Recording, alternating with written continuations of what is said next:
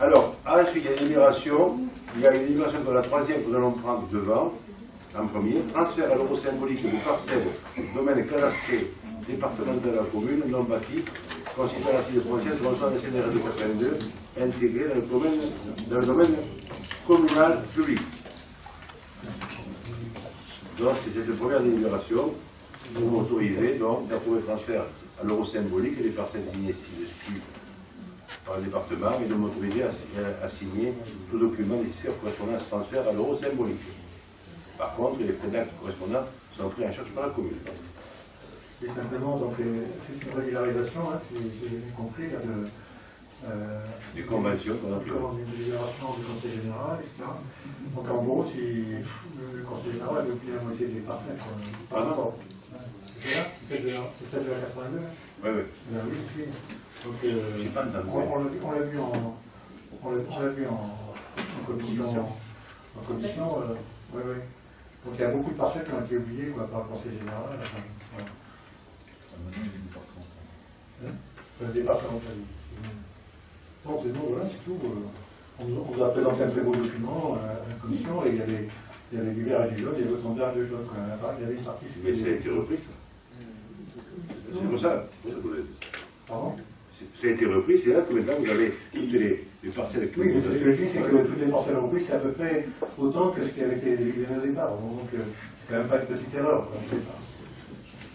Non? C'est un complément.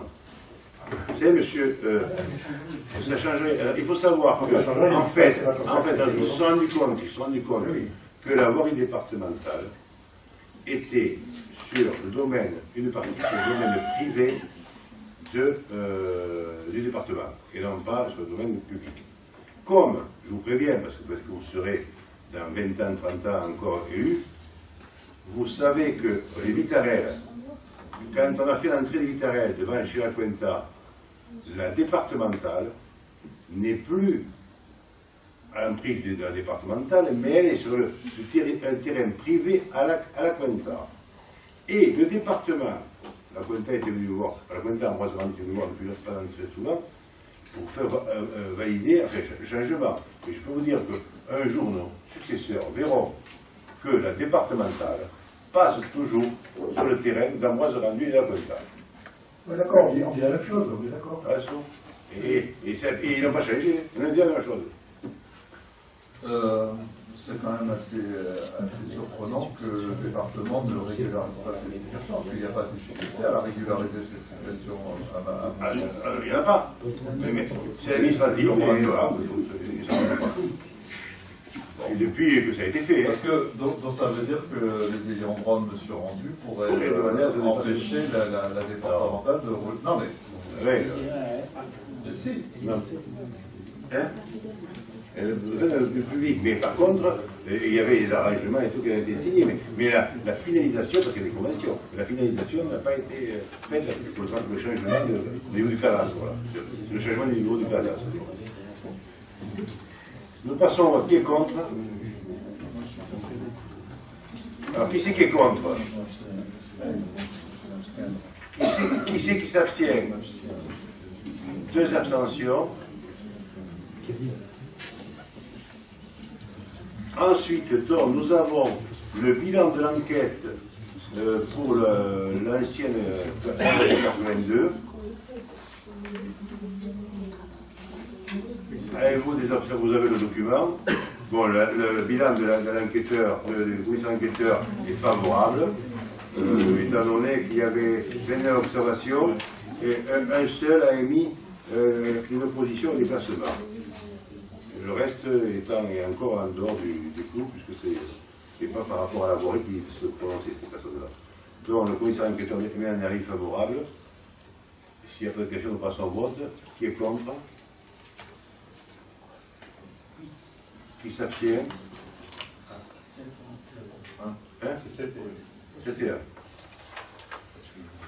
Ensuite, par rapport à la route Pibrac, RD 24, vous avez également la même démarche. Sur 29 observations, un seul contre, dans le bilan du commissaire enquêteur est favorable. Qui est contre?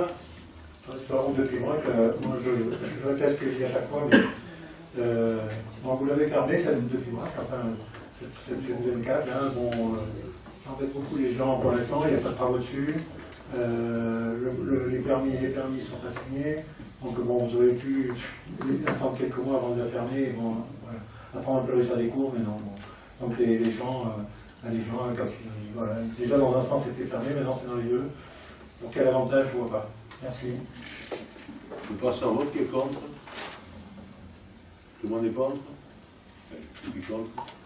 Abstention? Je vous remercie. La rue des Chênes, le tronçon donne depuis le rond-point jusqu'à la requête que nous avons faite. Il y a des questions? Nous passons au vote qui est contre. Par contre, je peux dire que les gens sont, la rue des Chênes sont comptables, par contre. Oui, tout à fait. Alors juste, je voudrais préciser qu'à partir du moment où une enquête publique, celle qui a eu lieu récemment sur le permis de construire, aboutit à une conclusion favorable, alors que 55% de la population s'est exprimée, s'est exprimée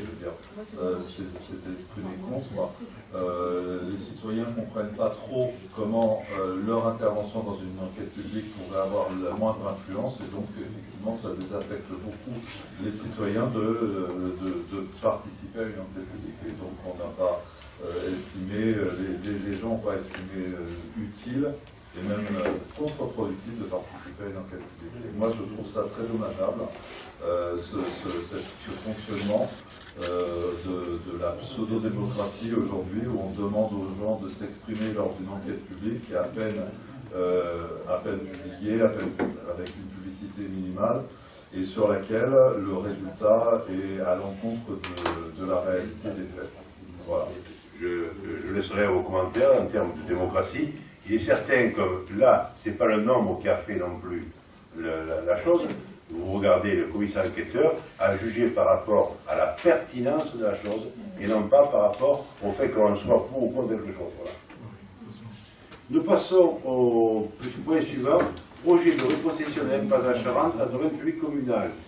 Cette impasse de la Charente elle va de la chemin de la justice à la 132 et elle est en face de la rue de Fronton.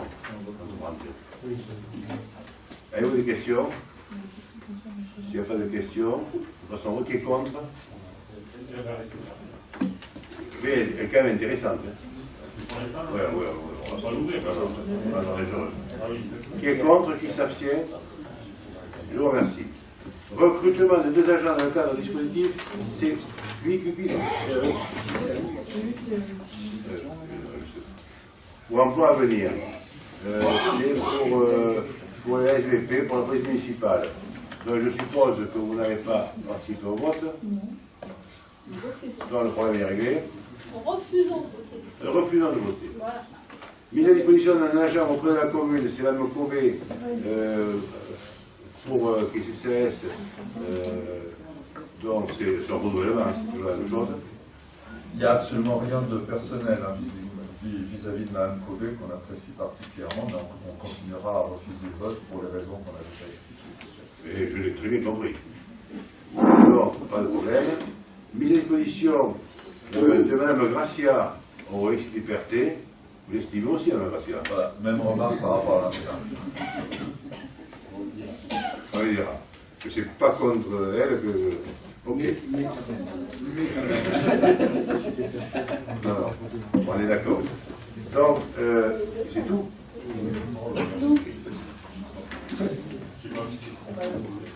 Moi, je voudrais faire une petite remarque là, sur le procès verbal du conseil de communauté. C'est juste une réflexion. En le regardant tout à l'heure, je me suis dit, mais à quoi ça sert? Parce qu'il y a des conseillers aussi au conseil communautaire qui font quelques réflexions de temps en temps, et aucune réflexion ne sont portées dans le PV. Donc je ne vois pas à quoi il sert. Franchement, je comprends plus. Je ne vois pas à quoi il sert. Il sert à un vote, et les votes sont d'autant plus que le 15 septembre, j'étais intervenue et j'avais demandé quelque chose que vous m'avez promis pour la prochaine fois, d'ailleurs, de nouveau, ça fait vraiment faire 2 mois. Mais je trouve que ça ne sert à rien, parce que Personne ne sait qui a dit quoi. C'est normalement, si vous Mais ça voulez. ne sert à rien. Non, normalement, un conseil On n'a qu'à municipal. prendre l'ordre du jour avec une croix de la C'est objectivement, normalement, un conseil municipal comme un conseil communautaire, c'est, on pose la question, on dit, on ne fait pas parler les gens d'ailleurs, on dit, ils sont estimés avec éventuellement le pour et le contre, les principes et le vote, point terminé. Et c'est, les comptes rendus des conseils municipaux sont comme ça. Et dans Dans le conseil municipal, il y a une intervention. mais parce qu'on le fait, parce qu'on le veut comme ça. Mais je pense que vous allez voir votre commune, même. Et je m'en fiche des autres communes, mais je dis, puisque ça se fait ici, pourquoi ça ne se fait pas pareil à la communauté de communes? Parce que, si vous voulez, nous avons une secrétaire à l'Assemblée, qui est Madame Monteau, donc qui prend des notes, c'est son boulot, et que nous n'avons pas de secrétaire au niveau de la commune pour cela. Ah, on a toujours une secrétaire, qui est souvent une secrétaire, mais qui est une des élus. Voilà.